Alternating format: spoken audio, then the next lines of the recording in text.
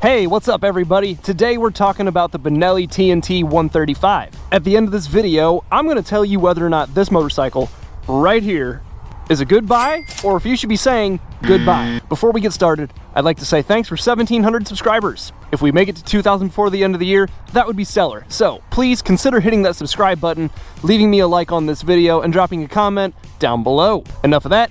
Let's get into the specs. This bike is equipped with a bunch of great standard equipment, such as a very stylish LED headlight accompanied with LED turn signals. These super sweet integrated turn signals on both sides, I think these look amazing and are a lot better than what some of the other guys are offering from the factory. I'm pretty indifferent on the exhaust. I think it looks like a custom job from the factory, but I don't know. It doesn't really do it for me. The exposed trellis frame looks pretty cool too. Really like that design choice. This bike has been in production since 2017 and it's powered by a single cylinder, single overhead cam 4-valve motor. Mated to a 5-speed gearbox, and Benelli claims that this motor actually puts out 13 bangin' horsepower.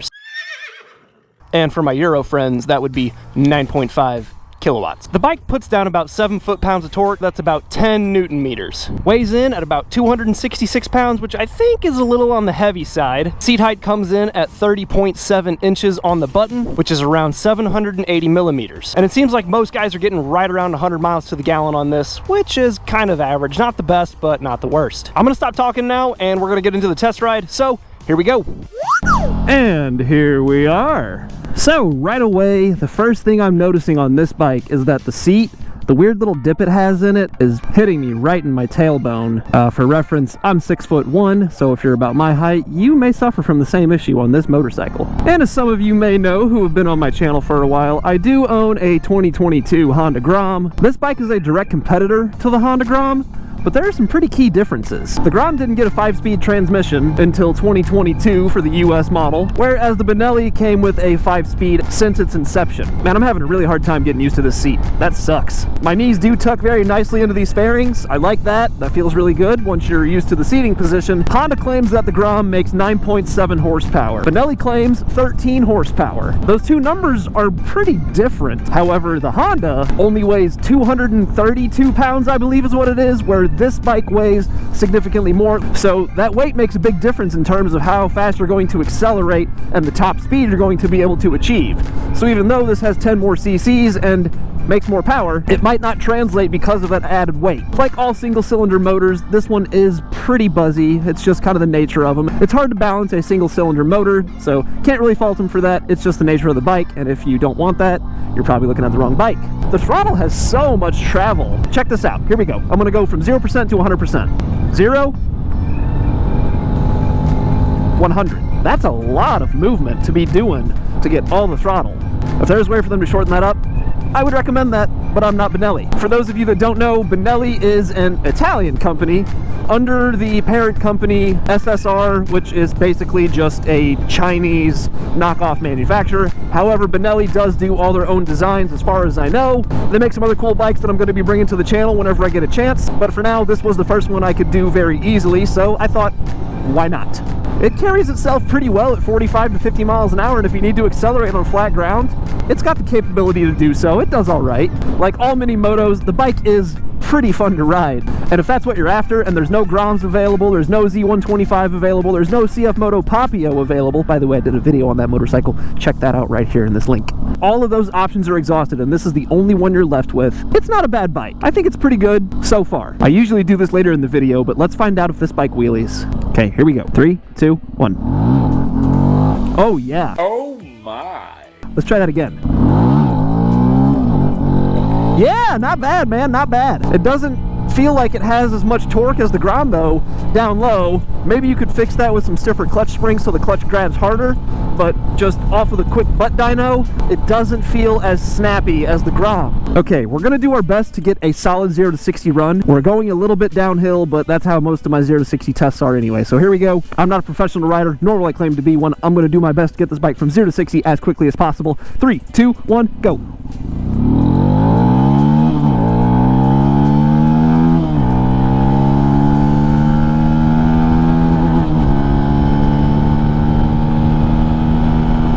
There it is.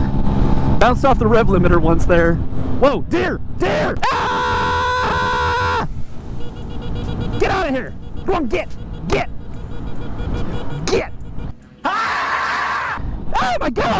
my god! I almost clobbered that one! Oh my god! What the fuck? That thing almost killed me! I would have died! Oh, okay. Alright. Gather yourself. Bring it back down. I'm up here right now. I need to be down here. Anyway. And that 10,000 RPM redline, it's pretty fun to ring this bike out and get every last drop of that claimed 13 horsepower out of it. I'm on flat ground right now. Look at that. And we're still climbing. Wow. And if you're wondering, would you trade your Grom for this bike? Let me answer that for you. No. No. Nope. No. No way. No.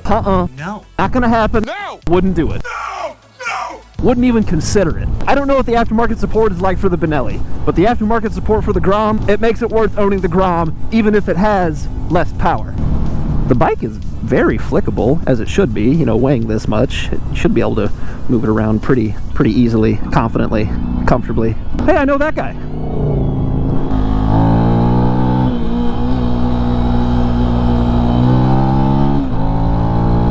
I don't know, something about this bike, it doesn't instill me with a ton of confidence to really like push it like the Grom does. Even on those crappy V rubbers that the Grom comes with that are basically like those, you know, those little red cars with the yellow roofs that kids ride around in with the plastic wheels on them? Yeah, that's what riding around on the V rubbers feels like. These tires feel okay. I'm pretty sure they're just like a generic scooter tire. I don't know. I'm having a really hard time justifying paying extra for one of these, even if you do get more power, which is, again, kind of a wash because of the added weight. I don't know. This is a tough choice. But for where the Grom is at in price, it's a couple $100s more, and you get a very reputable bike from a very reputable manufacturer whose name is basically synonymous with reliability.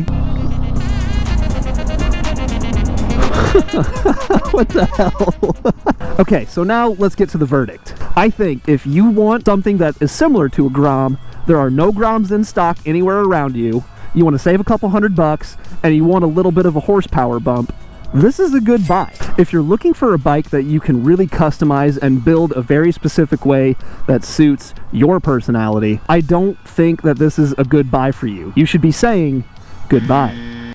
Hey, welcome to the end of the video. I am really far away from my shadow today because the sun is super low behind me. If you made it to the end here and you enjoyed what you just watched, please consider subscribing to the channel. If you want to see more videos like this one, please consider clicking on this playlist over here. I've done way more than just this Benelli. I always appreciate criticism, so tell me what you liked about this video, tell me what you want me to change in the next one, and I will try to implement those changes as we progress. We're almost at 2,000 subscribers. If we could get there before the end of the year, that would be freaking sweet. That'll wrap everything up. Thanks, have a great day, and ride safe.